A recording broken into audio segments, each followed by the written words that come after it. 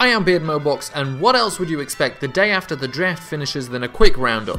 Now I'm going to do in-depth grades for every team in the coming weeks, so for this week I wanted to go over a few notable picks and early winners in the draft, just stuff like that.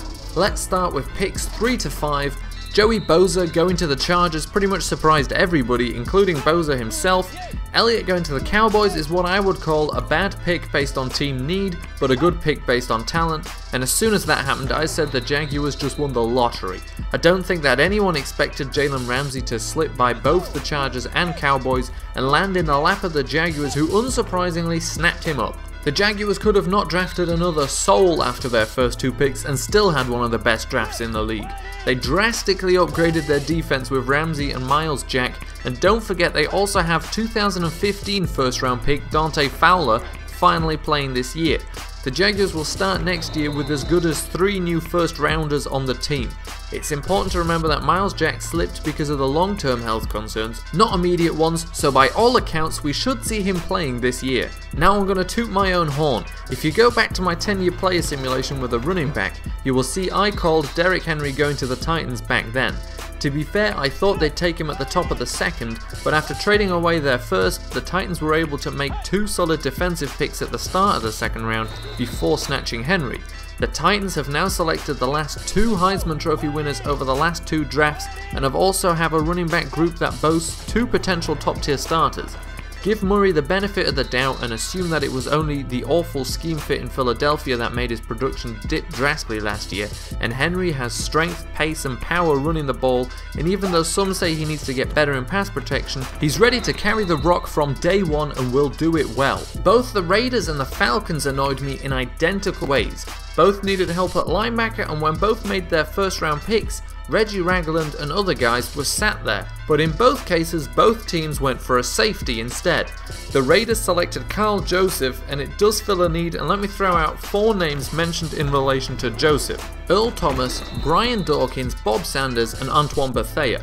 Not a bad group of guys to have mentioned alongside your own name. The Falcons pick, Keanu Neal, also has a big name mentioned in relation to him, but that name is Keanu Reeves and it has nothing to do with football. But on a serious note, Neal is a huge hitter, possibly the biggest hitter in the draft. Good picks by both teams, but I still think a linebacker was a bigger immediate need for both of them. Staying on the linebacker trend, the Bears wowed me with their first round move.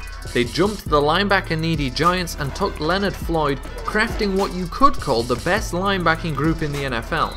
Now Floyd at the moment is a pure pass rusher, and the comparison being thrown around is Aldon Smith, who got 33.5 sacks in his first 2 years playing almost and exclusively as a sub-package guy. The Bears already had Pernell McPhee and added one of the top run stoppers in the league in Jarrell Freeman and one of the better cover guys in Danny Trevathan during free agency. Add Floyd to the mix and you have quite a good group. It's easy to call them great now because they've never played a snap together, but I'm definitely excited to see what they can do come the 2016 season.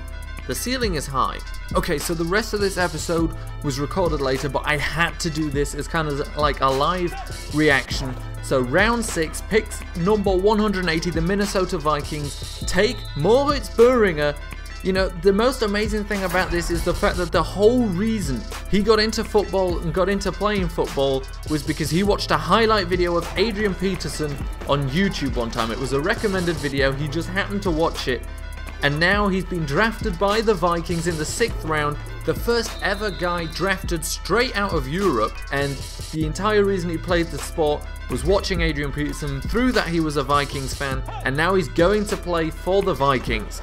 It's insane, it's incredible. As you could tell, I was pretty excited about that at the time, and I know there's plenty of picks and plenty of teams left to talk about, but like I said, I will cover those in the coming weeks. This period will now also see my channel transition a little before transitioning a lot with the release of Madden 17.